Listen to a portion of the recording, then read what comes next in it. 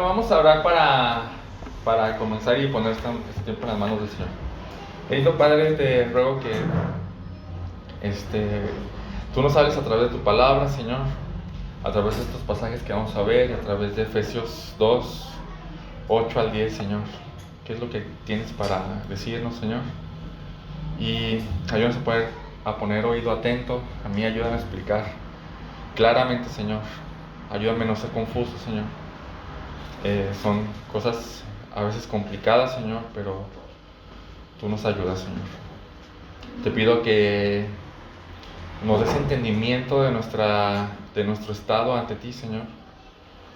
Como lo vamos a ver en un momento, podemos estar equivocados, Señor, acerca de nuestra fe y de nuestra esperanza de que te veremos allá, Señor.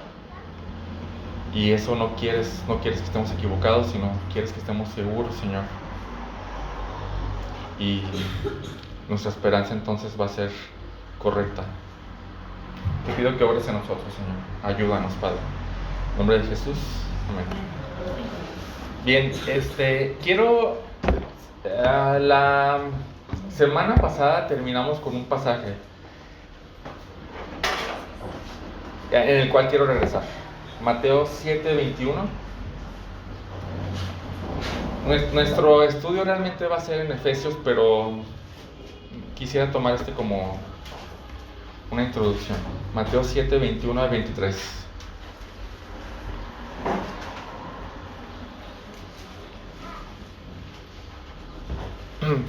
Y alguien que me ayude a leerlo con voz fuerte, clara. Mateo 7:21 al 23.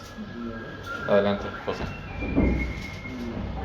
No todo el que me dice Señor, Señor entrará en el reino de los cielos, sino el que hace la voluntad de mi Padre, que está en los cielos. Hasta el 23. Muchos me dirán aquel día, Señor, Señor, ¿no profetizamos en tu nombre? ¿Y en tu nombre echamos fuera demonios? ¿Y en tu nombre hicimos muchos milagros? Entonces yo les declararé, nunca los conocí. Apartaos de mí, hacedores de maldad. Hasta ahí. Gracias.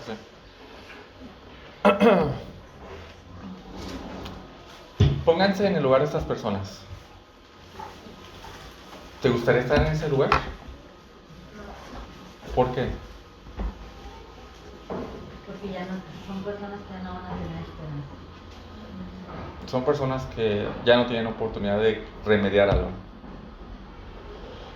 Se los comenté la semana pasada y creo que este es uno de los pasajes que más deben causarnos miedo. Este es el lugar de más grande decepción en toda la historia de la humanidad, en esta vida y en la siguiente. Imagínate que durante toda tu vida creíste que eras cristiano. Toda tu vida seguiste un camino que creíste que era el correcto. Y a punto de morir pensaste, ya me iré con el Señor.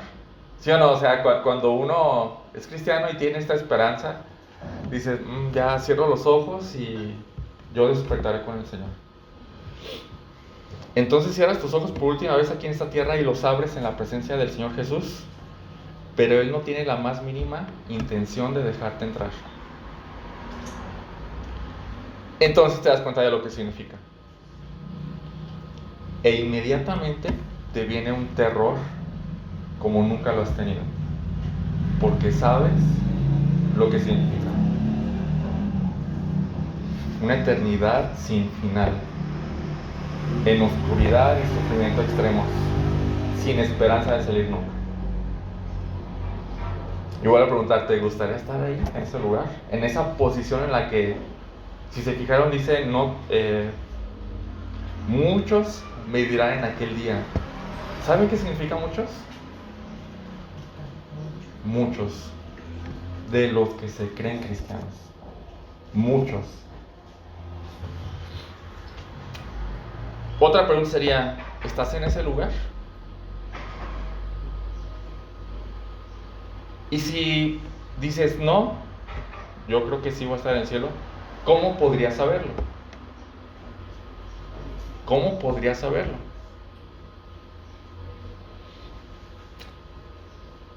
¿Cómo alguien puede estar seguro de que Jesús lo va a recibir?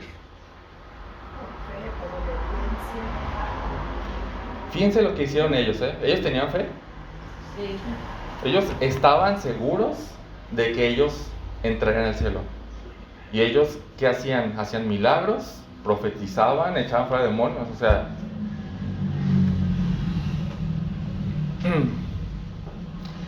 ¿Qué tan seguros estaban estas personas? Así como nosotros estamos seguros. Estas personas podrían jurar con sus vidas que entrarían en el cielo. ¿Qué te diferencia de ellos? Entonces la pregunta es, ¿hay alguna forma de estar seguros aquí y ahora de que Jesús no nos va a rechazar, sino que nos va a recibir en su presencia? Y la verdad es que yo creo que lo que leímos es casi el final del Sermón del Monte. Y si el Señor Jesús pone esta advertencia, Él quiere que sepamos, Él quiere que no nos engañemos, Él quiere que estemos seguros.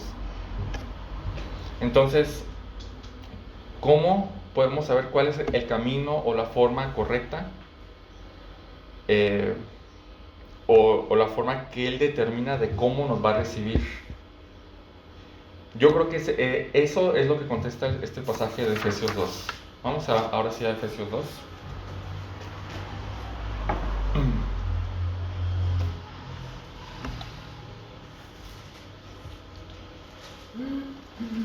Vamos a leer a partir del versículo 4. Del versículo 1 al 3 ya vimos que estábamos muertos en delitos y pecados y no tenemos esperanza, ninguna esperanza de estar con Dios.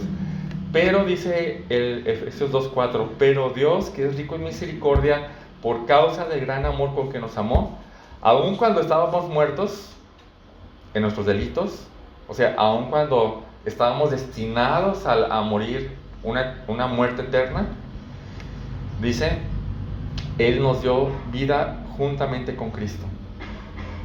Por gracia ustedes han sido salvados. Y con Él nos resucitó y con Él nos sentó en los lugares celestiales en Cristo Jesús, a fin de poder mostrar en los siglos venideros la sobreabundante riqueza de su gracia, por su bondad, para con nosotros en Cristo Jesús. Bueno, entonces, lo primero que quiero hacer notar es que estos, a los que Jesús les da vida, no son los que Mateo rechaza al final de los tiempos. Son dos tipos de personas bien diferentes. Allá en Mateo 7 los rechaza, pero aquí, ¿qué pasa aquí? Bueno, en Mateo 7 dice, nunca los conocí. ¿Se acuerdan? Nunca los conocí. Apártense de mí. Eran como completos extraños aquellos. No había ninguna relación entre ellos y Cristo, aunque ellos aseguraban que sí. Pero ¿cómo dice aquí en Efesios?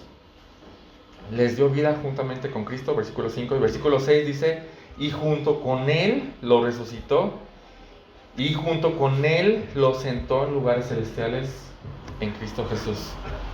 ¿Se ve extrañeza o distancia?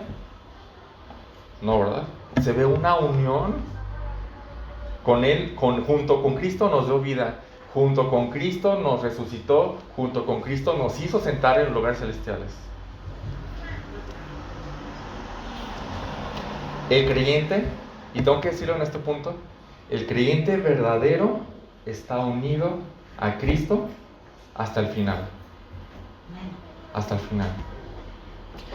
Esto nos separa de todas las demás personas, incluidos los creyentes falsos, como los de Mateo 7, a los que al final rechaza a Cristo. Estamos unidos a Cristo desde el momento en que creemos hasta el final de los tiempos.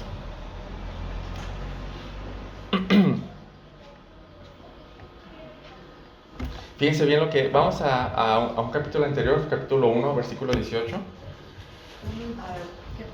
Capítulo 1, Efesios 1, 18. Estamos unidos a Él cuando Dios lo resucita, cuando Dios lo sienta en lugares celestiales. Versículo 18: mi oración es que los ojos de su corazón les sean iluminados para que sepan cuál es la esperanza de su llamamiento, cuáles son las riquezas de su gloria, de la gloria de su herencia en los santos, y cuál es la extraordinaria grandeza de su poder. ¿Para quiénes? Para conocer. Los que creemos, ¿no? Los que hemos ejercido fe, conforme a la eficacia de su poder. Y fíjense bien, ese poder con el cual somos investidos, ese poder obró también en Cristo cuando lo resucitó de entre los muertos y lo sentó a la diestra, a su diestra, a la diestra de Dios, en los lugares celestiales. ¿Se fijan la relación que hay? Si a Cristo lo resucitó y si a Cristo lo hizo sentar en lugares celestiales, ahorita vamos a ver qué es eso, a nosotros también, solamente a los que creemos. Entonces los de Mateo son los que nada más son los que no creyeron de corazón en Cristo. Sí, sí. Pero en otras palabras, a ellos no les dio vida. Sí, lo vimos la semana pasada. A los de Mateo 7 no les dio vida. Sí, entonces no pudieron ejercer una fe de verdad. Dice, y los sentó en lugares celestiales, muy por encima de todo principado, autoridad, poder, dominio y de todo nombre que se nombra, no solo en este siglo, sino también en el venidero. Este lugar es el trono de Dios. ¿Y dónde estamos sentados los creyentes? Junto con Él. ¿Saben? Eso es lo que quiere decir. Nosotros los creyentes estamos sentados junto con Él, en un lugar de preeminencia. Y después, aquí en Efesios 2, 5 al 6 dice, y nosotros nos dio vida juntamente con Él, y con Él nos resucitó, y junto con Él nos hizo sentar. ¿Ven la paridad?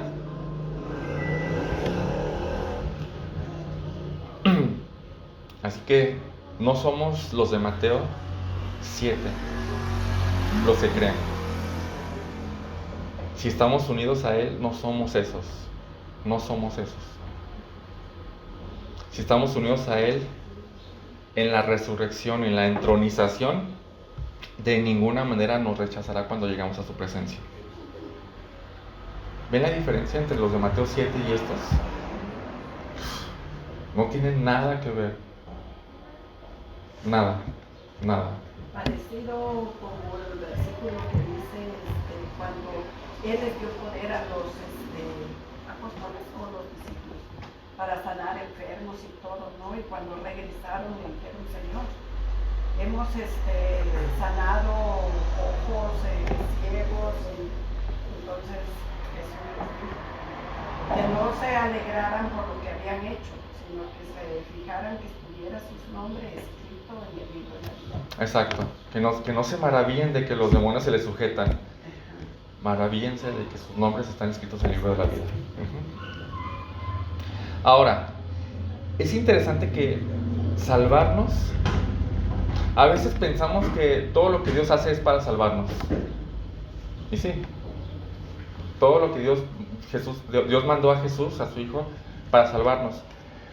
Pero a veces nos detenemos ahí como si ese fuera el objetivo final de Dios, salvarnos. Pero no es el objetivo final, sino que es un medio para llegar a un fin. Salvarnos es un medio, no es el objetivo final. Fíjense bien cómo sigue diciendo Efesios 2, 7. ¿Cuál es la razón por la que nos dio vida juntamente con Él y por la que Él nos resucitó y por la que nos hizo sentar en lugares celestiales con Cristo? Aquí está la respuesta. Este es el fin, este es el propósito por el cual Dios hace las cosas. A fin de poder mostrar en los siglos venideros las sobreabundantes riquezas de su gracia por su bondad para con nosotros en Cristo Jesús. El fin por el cual Dios hace lo que hace en nosotros a través de Cristo es mostrar. Es una palabra importantísima, mostrar. ¿Mostrar qué? ¿Cuán bueno es?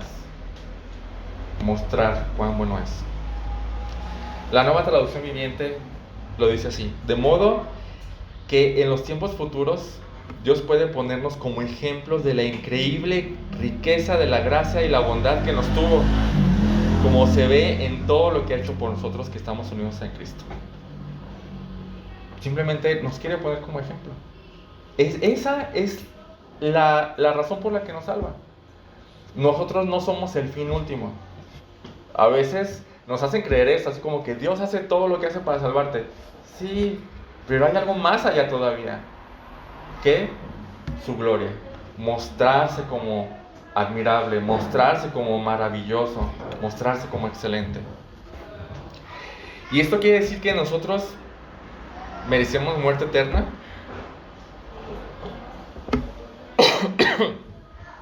En donde la ira de Dios se expresa en toda su totalidad, pero con un favor que no merecemos, Dios mostró misericordia, mostró amor, mostró gracia y nos salvó de esa ira eterna.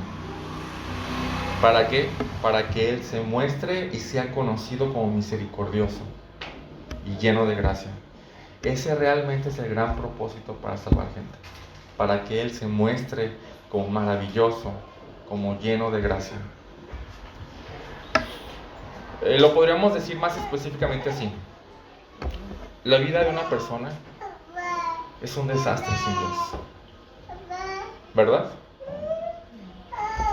Por fuera puede verse arregladita, muy bonita, pero la vida de una persona sin Dios es un desastre. No solo aquí, sino que le espera sufrimiento. O sea, este es un testimonio verdadero. Una persona es adicta al cristal. ¿Saben cuán adictiva es esa droga? Entras ahí y no sales. Así de adictiva es.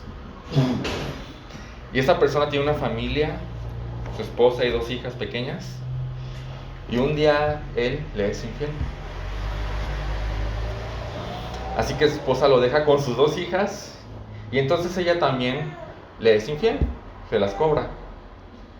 Y a la vez, él sigue drogándose con cristal. No puede salir de ahí.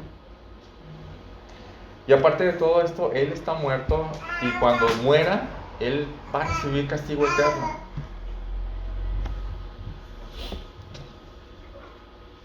Este es un completo desastre. Completo desastre. Una vida destrozada. Entonces Dios entra en acción. Un día le comparten el evangelio a esta persona. Dios da vida, Él ejerce fe en Jesucristo e inmediatamente deja el cristal. Algo imposible, algo que no se suele dar a notar. Y durante un año él estuvo, insiste a su esposa en regresar hasta que ella cedió. Algunos años después, él tiene un empleo bueno, ya ha demostrado ser mejor que 7 personas juntas. Tanto que el dueño dice al que lo recomendó, dice: dame 5 más como él para correr a los otros 30 que tengo. Él es fiel a su esposa, él es un excelente padre que le enseña el camino de Dios a sus hijas. Él es un trabajador excelente. Y por cierto, cada que le toca hacer una entrega y se va con un chofer, él todo el tiempo está predicando el evangelio. Todo el tiempo. Y aparte de todo esto, él tiene vida eterna. Y está unido a Cristo y por lo tanto él disfrutará de la presencia de Dios por toda la eternidad. Su vida era un desastre. Y él era el ejemplo de lo que no se tenía que hacer.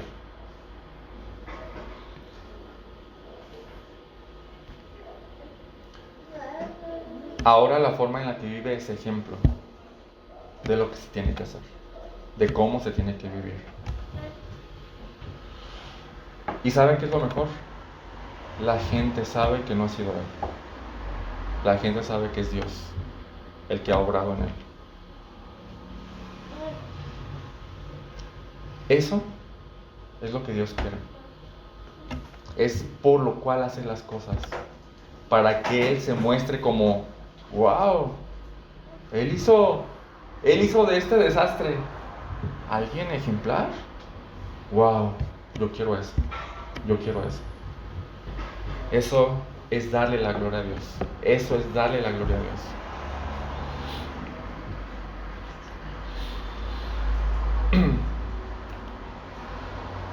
Dice el versículo en Efesios, estamos en Efesios. Dice, a fin de mostrar en los siglos venideros las abundantes riquezas de su gracia en su bondad para con nosotros en Cristo Jesús. ¿Qué es lo que quiere mostrar en los siglos venideros? No solo al final de los siglos, sino a partir de que creíste y durante todos los siglos que ha tardado en venir Jesucristo, mostrar cuán bueno es Él para con las personas. Eso es lo que Él quiere.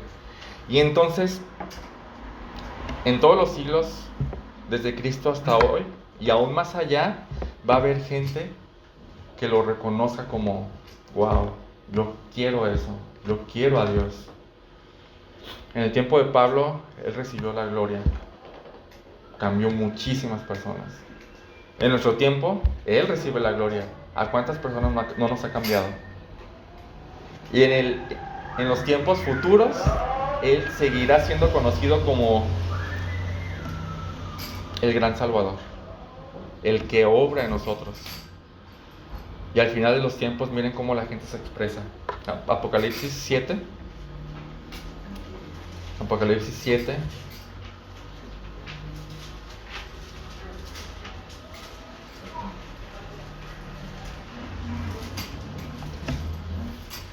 Nueve y 10. ¿Quién quiere leerlo? Igual con voz fuerte y... Después de esto miré, y he aquí una gran multitud, la cual nadie podía contar, de todas las naciones y tribus y pueblos y lenguas, que estaban dentro del trono y en la presencia del Cordero, vestidos de ropas blancas y con palmas en las manos. ¿Quiénes son estas personas? Pues los creyentes. La gente que Dios salvó. Y fíjense cómo se expresa, versículo 10. Y clamaban a gran voz, diciendo: la salvación pertenece a nuestro Dios que está sentado en el trono y al Cordero. Hasta ahí, gracias. En el futuro, o sea, en el pasado, ¿cómo se expresa la gente de Dios, de los que salvó? ¿Cómo se expresa la gente en el futuro? El Señor salva, el Señor salva. Y ¿saben qué? Vamos a pasar 1000 eternidades con el Señor. Y en las 1000 eternidades seguiremos recordando de que nos salvó y que no dejó que entráramos en su ira. Y vamos a darle las gracias y vamos a saber que no merecíamos ni un solo gramo de su tanta bondad para con nosotros. Así que esa es la razón por la cual Dios nos da vida, realmente. Y esa es la razón por la que nos salva. Y esa es la razón por la que nos cambia y nos hace vivir vidas agradables a Él. ¿Para qué? Para que Él sea mostrado como maravilloso y admirable y excelente. Y aquí en ese contexto, acerca de su gloria, y es para su gloria, Él es el que hace y es el que se muestra como el supremo. Aquí es donde entra el conocidísimo Efesios 2:8-9. ¿Quién se lo sabe? Por gracia sois salvos por medio de la fe, y esto no es de vosotros, pues es de Dios, no por obras, para que nadie se gloríe. Hasta ahí. Es en este contexto donde Él quiere mostrar todo lo que hace en nosotros es para mostrar su gloria. En este contexto dice, porque por gracia ustedes han sido salvados. Al parecer Pablo quiere dejarlo súper claro, súper. Ya lo mencioné en el versículo 5 y lo vuelve a mencionar aquí. Por gracia ustedes han sido salvados. ¿Qué significa eso? ¿Qué significa que ha sido por gracia? Que no tuvimos que hacer nada para... No hicimos nada. No hicimos nada. Estábamos muertos. ¿Se acuerdan cuando vimos la figura del muerto? Estábamos muertos y el muerto no puede hacer nada, en lo absoluto, nada, nada. Alguien externo al muerto tiene que hacer algo, ¿no? Como cuando Lázaro estaba muerto, algo pasó externamente que lo resucitó. Pero aquí en el versículo 8 introduce un elemento indispensable, sin el cual nadie se puede salvar. ¿Cuál es? La fe. La fe, porque por gracia somos salvados por medio de la fe. Ahora, ¿qué tenemos por fe? ¿Qué es la fe? La fe es tener Confianza de lo que no ves, Creer en lo que no se ve, digamos. creer en lo que no se ve. ¿Qué más? Estar confiados en eso, en lo que le tenemos. Ok. Por ahí, este tipo de ideas las sacaron de un versículo. ¿Se acuerdan? Hebreos 11:1. La fe es la certeza de lo que se espera y la convicción de lo que no se ve. Vamos ahí, y ese es un versículo que para subrayarlo y para memorizarlo. Hebreos 11:1.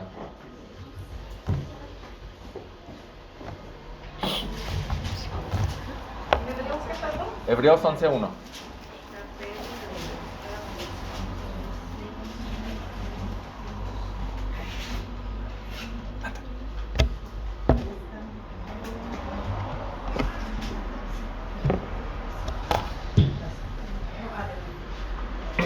es Hebreos 11:1. ¿Qué dice? Ahora bien, la fe es ese tipo de versículos que es como buscamos una definición bíblica. Aquí está, ¿no? La fe es esto. La fe, dice, es la certeza de lo que se espera, la convicción de lo que no se ve. Hay dos palabras claves aquí, ¿no? Certeza, convicción. Las dos palabras hablan de algo bien específico.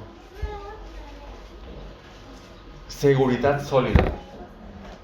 Una confianza segura, sólida, ante dos situaciones específicas. Lo que se espera, futuro, y lo que no se ve. Aquí habla de algo espiritual. ¿Sí? Lo espiritual no se ve. ¿O sí? No se ve. Y voy a llevarlos en el contexto del por qué el autor de Hebreos escribió Hebreos 11:1. Vamos a un capítulo anterior, Hebreos 10. Todo lo que va a escribir el autor de Hebreos en capítulo 10 va a dar pie a que él diga, bueno, la fe es la certeza de lo que se espera, la convicción de lo que no se ve. Fíjense bien, versículo 12. Pero Cristo, habiendo ofrecido un solo sacrificio por los pecados para siempre, se sentó a la diestra de Dios. ¿Alguien vio eso? ¿Alguien estuvo presente? ¿A alguien se le dio una notificación de que eso sucedió? ¿No? Eso es parte de lo que... la convicción de lo que no se ve.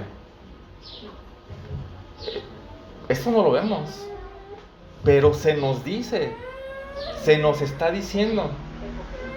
Ahora, la fe es, ok, lo acepto,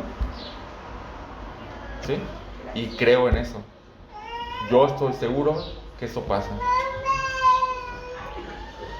Después, versículo 3, esperando de aquí en adelante hasta que sus enemigos sean puestos por el estrado de sus pies. ¿Eso habla de qué? De lo que se espera. Hebreos 10:13. La fe es la certeza de lo que se espera. ¿Qué va a pasar? Jesús está esperando hasta que sus enemigos sean puestos delante, por estrado de sus pies. Versículo 14. Porque por una sola ofrenda Él ha hecho perfectos para siempre a los que son santificados. ¿Alguien es testigo de eso? O sea, ¿alguien vio esa transacción entre el Padre y el Hijo? Nadie, ningún humano estuvo presente en eso. Sin embargo, no los está diciendo. ¿Pero qué significa eso? Porque por una sola ofrenda, ¿cuál es esta ofrenda? Su sacrificio. Hizo perfectos. ¿Qué significa eso? Ni una sola obra más. Solo por su sacrificio podemos entrar en el cielo. Nos hizo perfectos. Nos hizo perfectos. Y no necesitamos algo más. Ese sacrificio es lo único que necesitamos para poder salvarnos. Es lo único. ¿Pero a alguien le consta? ¿Alguien, Dios le dio un contrato con una firma? Bueno, fe, la convicción de lo que no se ve. ¿Sí? La fe no es aventarse al vacío ciegamente, como de repente algunos lo hemos expresado. Nunca es aventarse al vacío ciegamente. La fe es confiar en algo que Dios dijo y estar plenamente convencido de que es verdadero y que lo va a hacer. Eso es fe. Y en el caso de Efesios 2:8, en lo que estamos viendo cuando dice porque por gracia somos salvos por medio de la fe, eso se refiere a la fe en el Evangelio de Jesucristo. Vamos a Efesios 1:13, por favor.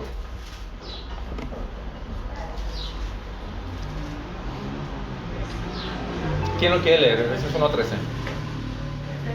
Efesios 1:13. También habiendo oído la palabra de verdad, el Evangelio de nuestra salvación, y habiendo creído, en él fuiste sellados con el Espíritu Santo de la promesa. Hasta ahí, gracias. Los efesios, dice Pablo, ¿creyeron en qué? En el Evangelio, su salvación. Ahora, conocemos este Evangelio, ¿no? ¿Cuál es este mensaje? Dice el mensaje de verdad, el Evangelio de su salvación. ¿Qué es? Es lo mismo, pero ¿qué es este mensaje?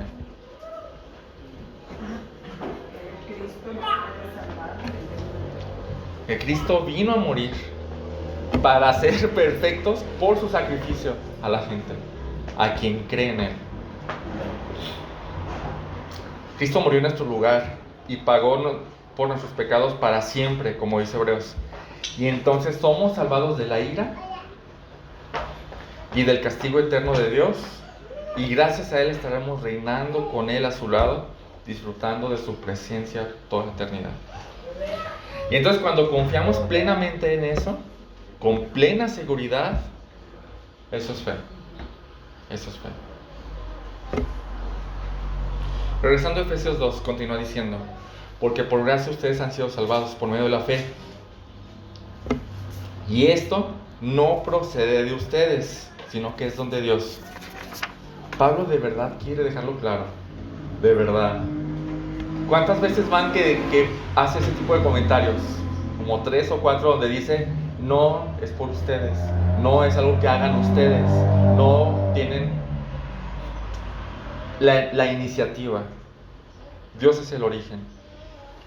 Porque por gracia ustedes han sido salvados, no es algo que ustedes hicieron. Pero después dice, por medio de la fe, y dices, pues yo creí, ¿no? Yo ejercí mi fe. Pero inmediatamente viene este comentario: no proviene de ustedes. Entonces, órale. Entonces, ¿cómo? Entonces, ¿cómo alguien ejerce fe? ¿Qué es la fe entonces? ¿Cómo se origina la fe entonces?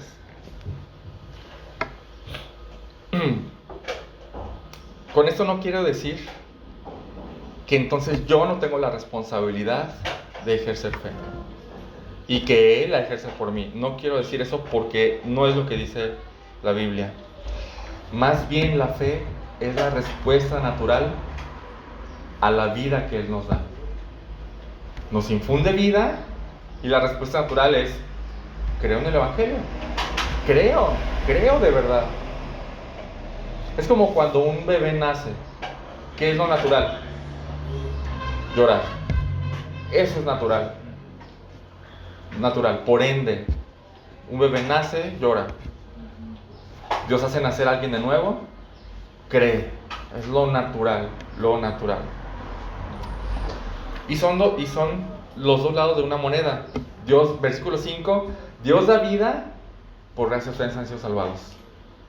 Pero el versículo 8 dice, porque por gracia ustedes han sido salvados, por medio de la fe. Su respuesta a la vida. Y si no fuera suficiente, Pablo remata con el versículo 9.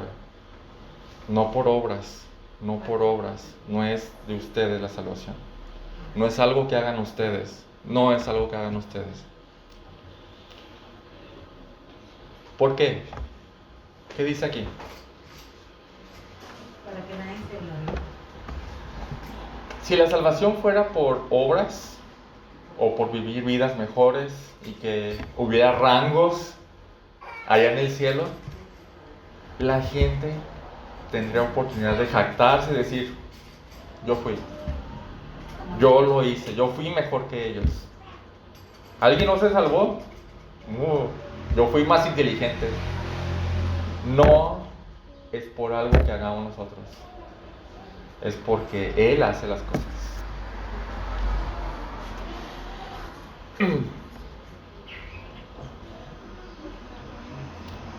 Ahora, acerca de las obras sí tienen algo que ver. Dice Efesios 2:10,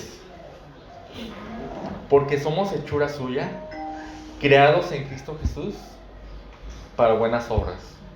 Y dices, pues, entonces sí o no, obras sí o obras no. Versículo 9 dice, no por obras para que nadie se gloríe. Pero versículo 10 dice, somos creados en Cristo Jesús para buenas obras, las cuales Dios preparó de antemano. Bueno, hay un tipo de personas, de las cuales ya hemos estado hablando. Los que somos hechura suya, versículo 10. Los que somos creados en Cristo Jesús. ¿Quiénes son estos? ¿Son los de Mateo 7 o son los de Efesios 2? Son los de Efesios 2. Los que por gracia son salvos por medio de la fe. Solo quiero identificarlos bien. Estas personas de ninguna manera son los de Mateo 7, los que serán rechazados al final. Y dice, hay un cierto tipo de obras que Dios preparó de antemano para que estas personas con vida nueva anden en ellas. ¿Cuáles son estas obras? Las buenas obras. Y aquí es donde comienzo a contestar la pregunta inicial. Recuerdan que comenzamos con Mateo 7, con estas personas que Jesús no los va a recibir. Y aunque ellos dijeron, nosotros profetizamos, nosotros echamos fuera demonios, nosotros hicimos muchos milagros, aún a pesar de todo eso, Jesús no los va a recibir. Entonces preguntamos, entonces, ¿cómo yo puedo estar seguro de que me va a recibir?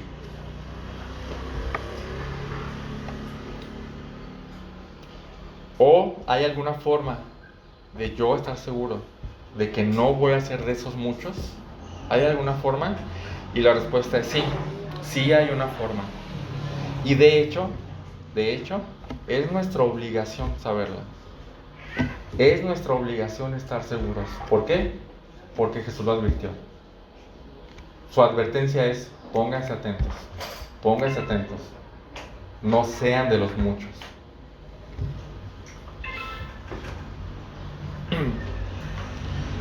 La respuesta es, porque somos hechura suya, creados en Cristo Jesús para buenas obras, las cuales Dios preparó de antemano para que anduviéramos en ellas.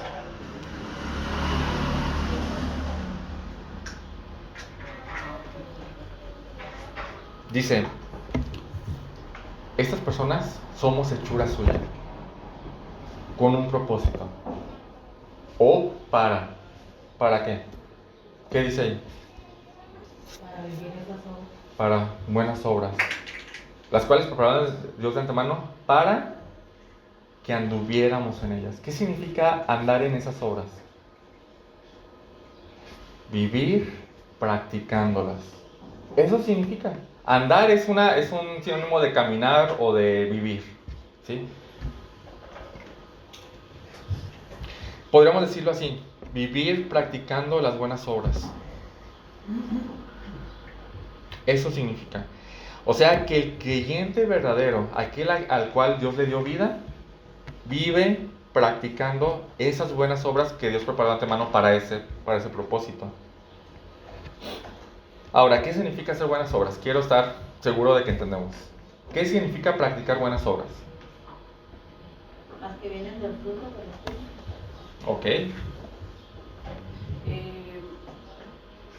Comunicar su evangelio. Ok. Uh-huh. ¿Qué más?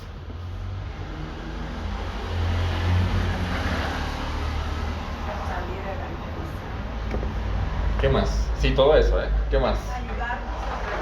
Ayudarnos entre hermanos. ¿Qué más? Hacer lo correcto. Hacer lo correcto. ¿Qué más? Todo eso. ¿Qué más? Pues más bien nosotros también el fin, ¿no? Que todo le dé la gloria a Dios. Eso tiene todo que ver. Todo que ver. Y lo vimos la semana pasada. La hermana Leti preguntaba, bueno, ¿cómo diferenciamos entre las buenas obras y las obras que no son buenas? Porque decíamos, la gente puede venir a la iglesia. ¿Es una buena obra? Sí. Depende. Todo depende de la motivación. ¿Venimos quejándonos? ¿Es una buena obra venir quejándonos? No. Venimos a dar el dinero, el diezmo o las ofrendas sin agradecimiento y quejándonos. ¿Es una buena obra? De ninguna manera. Entonces hablábamos de que la motivación es el centro de las buenas obras. ¿Cuál es la motivación correcta para las buenas obras? El gusto, el deseo de hacer. Darle la gloria a Dios. Si vamos a la iglesia quejándonos y la gente se da cuenta que, no es que no quiero venir, pero pues bueno, mis papás me obligan. Y los primos se enteran o los tíos se enteran y dicen, lo están obligando. ¿Eso le da la gloria a Dios? No, de ninguna manera. Pero, aparte, sí, lo que dice Pati es correcto. Las buenas obras tienen se consideran buenas por su motivación. Pero también un sinónimo de buenas obras es simplemente la forma de vivir. Todo lo que hagas. Amar a tu esposa es una buena obra. Educar a tus hijos es una buena obra. Encargarte de tu trabajo diligentemente es una buena obra. Toda tu forma de vivir se puede considerar entre practicar buenas obras. El creyente verdadero, como lo dice, anda en esas buenas obras. Vive practicando esas buenas obras. Vive así. Significa esto, que Dios marcó un camino, una forma de vivir, y está descrita a lo largo de toda la Biblia, esa forma de vivir. Hacer buenas obras es sinónimo de vivir esa vida que Dios marcó. Practicarla, continuamente practicarla todo el tiempo.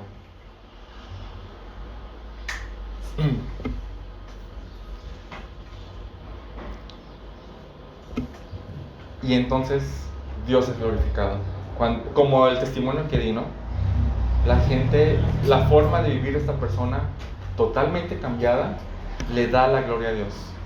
Él vive practicando buenas obras, ¿sí?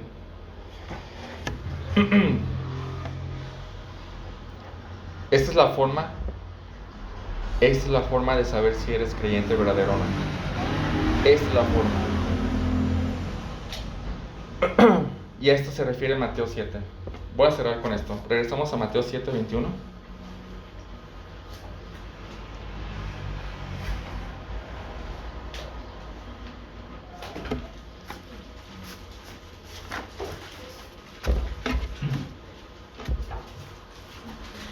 Mateo 7:21 dice: no todo el que me dice Señor, Señor, entrará en el reino de los cielos, sino el que hace la voluntad de mi Padre que está en los cielos.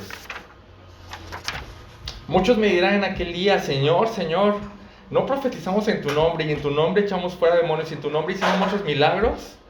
Entonces les declararé: jamás los conocí, apártense de mí, los que practican. En la Reina Valera dice los hacedores de maldad. La palabra es los que practican y practican y practican y practican la iniquidad. ¿Quiénes entrarán al reino de los cielos? Según Mateo 7:21. Los que hacen la voluntad del Padre que está en los cielos. Esa es otra forma para decir los que andan en buenas obras. Los que viven practicando las buenas obras que Dios preparó de antemano para ellos. O otra forma de decirlo es los que con su forma de vivir muestran a Dios como wow, como excelente, como maravilloso, como dicen, hacen mostrar tan deseable a Dios que la gente dice: yo quiero eso. ¿Quiénes serán rechazados? Versículo 23.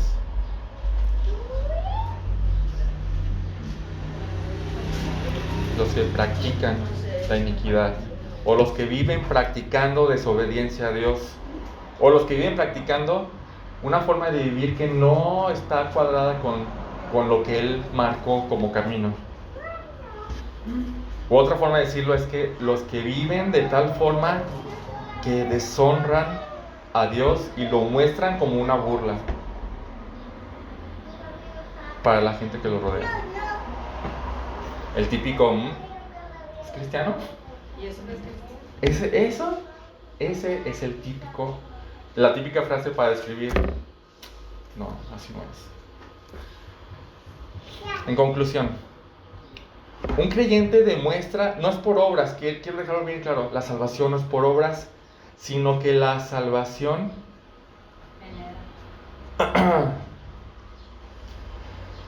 no somos salvos por medio de las obras, somos salvos por medio de la fe, pero las obras demuestran que nuestra fe es auténtica. Un creyente verdadero demuestra la autenticidad de su fe con su forma de vivir. Y de un ejemplo, otra vez, di el ejemplo de esta persona. Pero quiero dar otro testimonio. Una persona dice que es creyente, pero no se congrega, no lee su Biblia, no ama a su esposa, no trabaja, es perezoso, es infiel a su esposa, no le enseña de Dios a sus hijos, y aparte es un mentiroso, ofende con groserías a otros cristianos, anda hablando mal de otros cristianos, chismeando por todos lados, pero anda diciendo que es cristiano. ¿Qué pensaría la gente de Cristo cuando ven a esta persona identificándose como cristiano? ¿Qué pensaría la gente de Cristo? Por eso la palabra dice que los vituperan por causa nuestra. ¿Qué pensaría la gente de Cristo? Es decir, yo no quiero eso. Es deshonra. ¿Cristo sería glorificado en esta persona? No.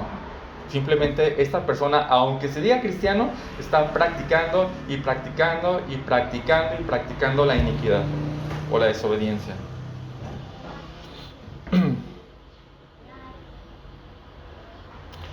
Entonces la forma de vivir de alguien que dice tener fe auténtica, entonces la forma de vivir de alguien que dice tener fe autentifica o desacredita esa fe que dice tener. La forma de vivir es algo bien objetivo, ¿sí o no?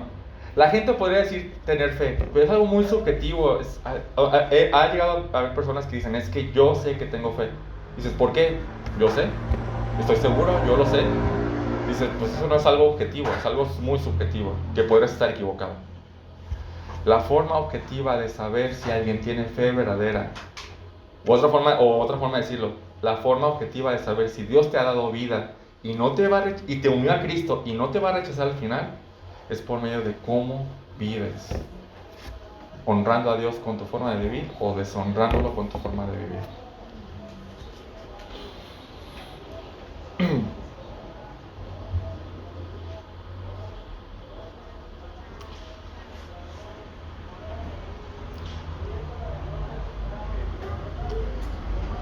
¿En qué posición estás tú?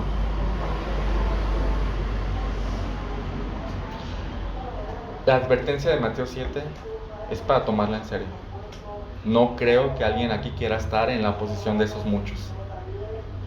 Sin embargo, como dice Mateo 7, muchos lo estarán. ¿Qué vamos a hacer? ¿Saben qué tenemos que hacer?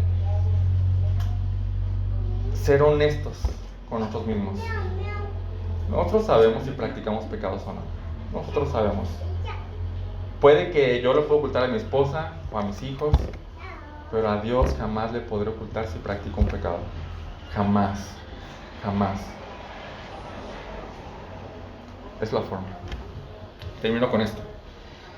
No lo busquen, pero Tito 2:14 dice: Él se dio por nosotros, o sea Jesús, para redimirnos de toda iniquidad y purificar para sí un pueblo para posesión suya, celoso de buenas obras. Celoso de buenas obras. Esa es la forma. Vamos a orar. Bendito Padre, ayúdanos, Señor. Ayúdanos a sincerarnos crudamente con nosotros mismos, Señor. Solamente queremos saber, Señor. Sabemos que el corazón es engañoso y perverso y que pueden hacernos pensar que estaremos en tu presencia, Señor, y llegaremos quizás a ser de los muchos a los que tú les dices: apártense de mí. Así que te ruego, Señor, te ruego que nos sinceremos con nosotros mismos y que nos ayudes a ver nuestra posición ante ti, nuestro estado ante ti, Señor, porque ya no hay vuelta atrás cuando estemos allá, Señor. Entendemos que esa advertencia de Mateo 7 es para que aquí y ahora nos encarguemos de asegurarnos que vamos a estar contigo, Señor, y vamos a estar disfrutando de tu presencia, que es lo que más anhelamos, Señor. Ayúdanos, Señor. Abre nuestra mente, abre nuestro corazón, Señor. Y si hay alguien aquí que no es creyente verdadero, si hay alguien aquí que han pasado años y años y simplemente su vida sigue siendo una práctica de iniquidad, ayúdale a entender, Señor. Y que se rinda a tus pies y que sepa que en ti